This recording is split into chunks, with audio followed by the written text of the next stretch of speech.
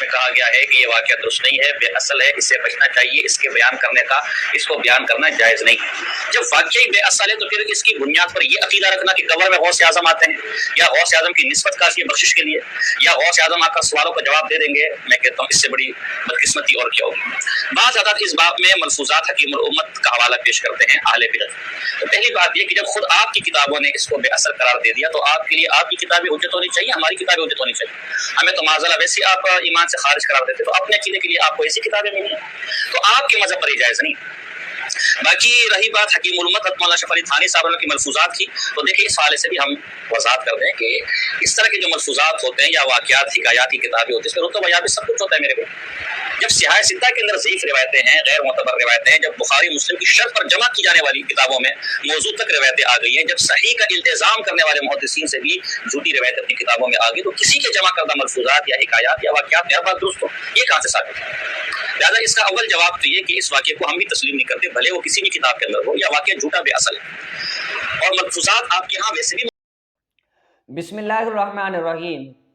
سامعین محترم، اشرف علی تھانوی کا دھوبی منظر عام پر آیا ہے اور اس نے ملفوظات حکیم الامت میں جو واقعہ مذکور ہے جس میں حضرت سیدنا شیخ عبد القادر جیلانی رحمۃ اللہ تعالیٰ علیہ کے حوالے سے ایک واقعہ لکھا ہے کہ غوث پاک کا دھوبی تھا، قبر میں اس سے سوال ہوا تو سوالات کے جواب میں اس نے کہا کہ میں غوث پاک کا دھوبی ہوں۔ تو یہ واقعہ اشرف علی تھانوی نے اپنی کتاب ملفوظات حکیم الامت میں نقل کیا ہے۔ تو اس پر ساجد نقل بندی نے کچھ اعتراضات کیے ہیں۔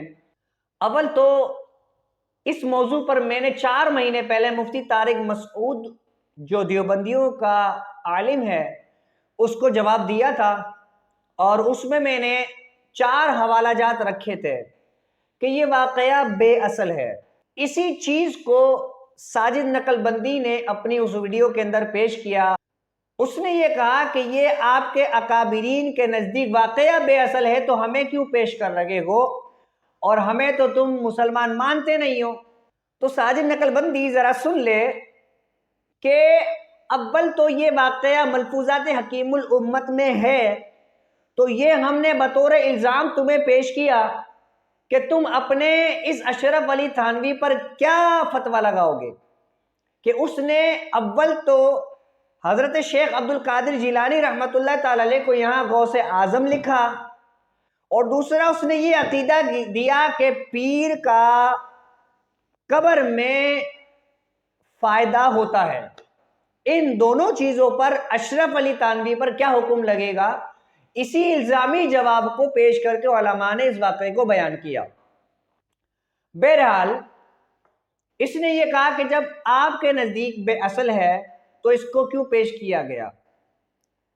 تو بہرحال ہمارے نزدیک یہ واقعہ بے اصل ہے، لیکن ہم نے جو اس چیز کو بیان کیا ہے یہ الزامی طور پر کیا تھا۔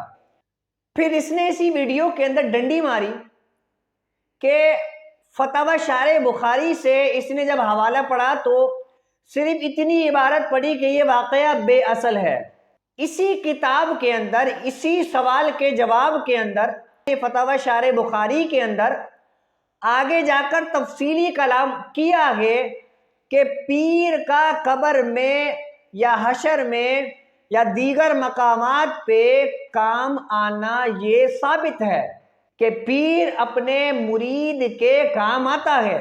اس پر آگے اور بھی حوالہ جات تھے لیکن اس نے وہاں ڈنڈی مار دی اور اس نے وہاں پڑھا نہیں۔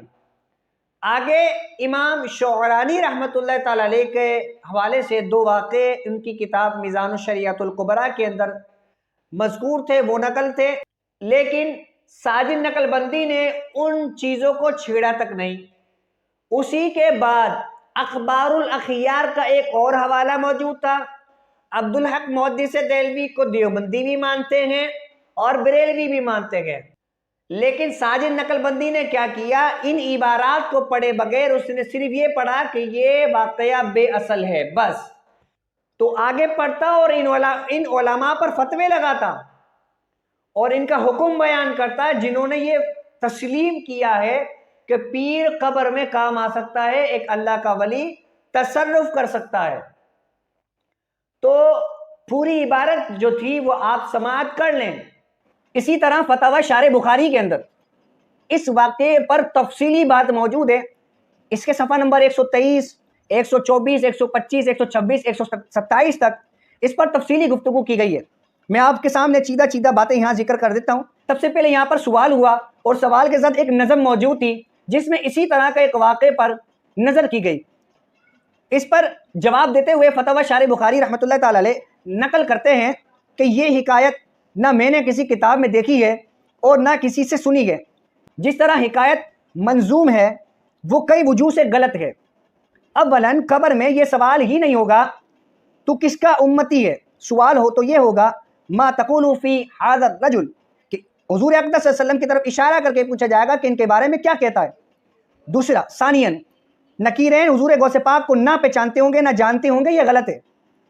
حدیث صحیح میں ہے کہ اللہ عز و جل جب کسی بندے کو محبوب بنا لیتا ہے تو آسمان میں منادی ندا فرماتا ہے کہ فلاں بندہ میرا محبوب ہے، تم لوگ بھی اس سے محبت کرو۔ سرکار غوث اعظم رضی اللہ تعالیٰ عنہ بالاتفاق مسلمین محبوب خدا ہیں، پھر منکر نکیر انہیں نہ جانے، یہ کیسے ممکن ہے؟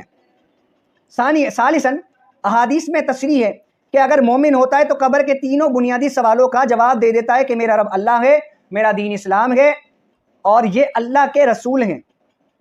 منافق یا کافر ہوتا ہے تو کہتا ہے ہائے ہائے میں نہیں جانتا۔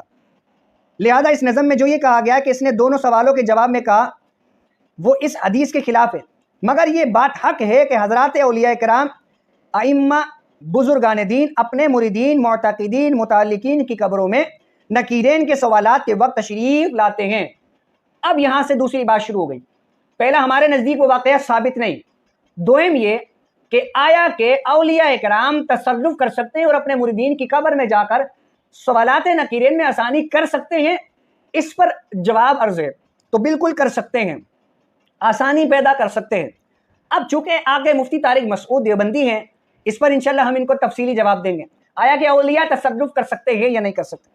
آگے لکھتے ہیں فتاوی شارح بخاری میں حوالہ دیتے ہوئے کہ امام عبد الوہاب شعرانی میزان الشریعت الکبریٰ کے اندر فرماتے ہیں بے شک تمام پیشوا اولیاء علماء اپنے اپنے پیروں کی یعنی مریدین کی شفاعت کرتے ہیں، اور جب ان کے پیروں کی روح نکلتی ہے، جب منکر نکیر اس سے سوال کرتے ہیں، جب اس کا حشر ہوتا ہے، جب اس کا نامہ اعمال کھلتا ہے، جب اس سے حساب لیا جاتا ہے، جب اس کے اعمال تلتے ہیں، جب وہ صراط پر چلتا ہے، ہر وقت ہر حال میں اس کی نگہبانی کرتے ہیں، کبھی کسی جگہ اس سے غافل نہیں رہتے۔ یہ امام شعرانی رحمۃ اللہ تعالی علیہ کا فتویٰ، لگائیں مفتی طارق مسعود صاحب فتویٰ لگائیں امام شعرانی پر۔ آگے دیکھیں، آپ لکھتے ہیں نیز اسی میں ہے، یعنی اسی کتاب میں، کہ جب ہمارے استاد شیخ الاسلام امام ناصر الدین لقانی مالکی رحمۃ اللہ تعالی علیہ کا انتقال ہوا، بعض بزرگوں نے ان کو خواب میں دیکھا، پوچھا اللہ تعالیٰ نے آپ کے ساتھ کیا معاملہ کیا؟ انہوں نے بتایا جب منکر نکیر نے مجھے سوال کے لیے اٹھایا، امام مالک رحمۃ اللہ تعالی علیہ تشریف لائے اور منکر نکیر سے فرمایا کیا ایسا شخص بھی اس کی حاجت رکھتا ہے کہ اس سے اللہ اور اس کے رسول پر ایمان کے بارے میں سوال کیا جائے؟ الگ ہو جاؤ۔ نکیرین اس کے پاس سے چلے گئے۔ نیز اسی کتاب میں ہے، جب اولیاء ہول و سختی کے وقت اپنے پیروں مریدوں کا دنیا اور آخرت میں خیال رکھتے ہیں تو ائمہ اربعہ کا کیا کہنا؟ آگے دیکھیں، یہی وجہ ہے کہ حضرت شیخ عبدالحق محدث دہلوی رحمۃ اللہ تعالی علیہ کے والد ماجد نے وصیت کی کہ میری قبر میں نکیرین کے جواب میں یہ لکھ کر رکھ دینا کہ میرا رب اللہ ہے، میرا دین اسلام ہے اور یہ اللہ کے پیغمبر ہیں اور میرے پیر شیخ عبد القادر جیلانی ہیں۔ یہ اخبار الاخیار کے اندر موجود ہے۔